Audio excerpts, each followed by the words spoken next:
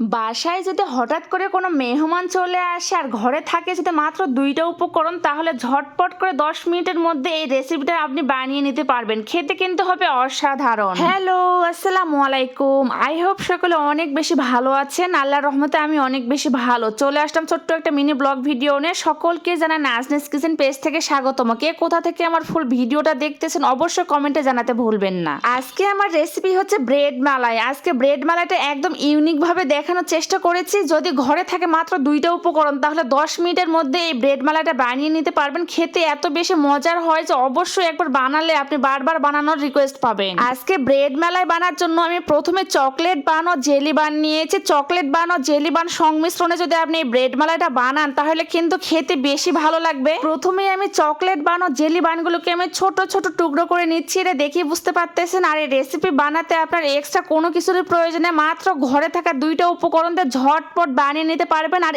এত বেশি লাগে দেখতে সুন্দর, খেতে কিন্তু হয় অসাধারণ। প্রথমে আমি চকলেট বান ও জেলি বানগুলোকে ছোট ছোট টুকরো করে নিয়ে একটা সার্ভিং ডিশের মধ্যে সুন্দর করে সাজিয়ে নিয়েছি। দেখতে কত বেশি সুন্দর লাগতেছে। এটা এক সাইডে রেখে দিয়ে চলে গেলাম পরবর্তী স্টেপে। চুলার উপরে একটা আমি মিল্ক প্যান বসাই দিয়েছি। তারপর পরিমাণ মতো তরল দুধ নিলাম। তরল দুধ যদি আগে থেকে জাল দেওয়া থাকে তাহলে তো এই রেসিপি বানাতে আরো বেশি সময় লাগবে না। যেহেতু আমার দুধগুলো আগে থেকে জাল দিয়েছিল এই জন্য সামান্য একটু গরম করে নিয়েছি। আর এখানে 2 টেবিল চামচ দিয়ে দিলাম গুঁড়ো দুধ। গুঁড়ো দুধটা অবশ্যই দেওয়ার চেষ্টা করবেন, তাহলে কিন্তু এই মালাইটা খুব দ্রুত ঘন হয়ে যাবে আর খেতে বেশি ভালো লাগবে। মালাইয়ের মধ্যে সুন্দর একটা ঘ্রাণের জন্য এখানে একটা সাদা ফল দিয়েছি। অবশ্যই সাদা ফলটা দেওয়ার চেষ্টা করবেন, তাহলে কিন্তু মালাইয়ের টেস্টটা অনেক বেশি ভালো আসবে। আর আরেকটা বোলের মধ্যে ঠান্ডা দুধের মধ্যে আমি 2 টেবিল চামচ নিয়েছিলাম কাস্টার্ড। কাস্টার্ডটা ভালোভাবে মিক্স করে এখানে আমি দিয়ে দিলাম। দুধের মধ্যে কাস্টার্ডের মিশ্রণটা দেওয়ার পর অবশ্যই একটা হ্যান্ড উইচের সঙ্গে ভালোভাবে মিক্স করে নেবেন। যেহেতু আমি গুঁড়ো দুধও অ্যাড করেছি এই জন্য একটা হ্যান্ড উইচ দিয়ে ভালোভাবে মিক্স করে নিলে এটা দুধের সঙ্গে খুব ভালোভাবে মিক্সড হবে আর দলা পেকে যাবে না। আজকের এই ব্রেড মালাই তৈরির ক্ষেত্রে আমি এই মালাইয়ের মধ্যে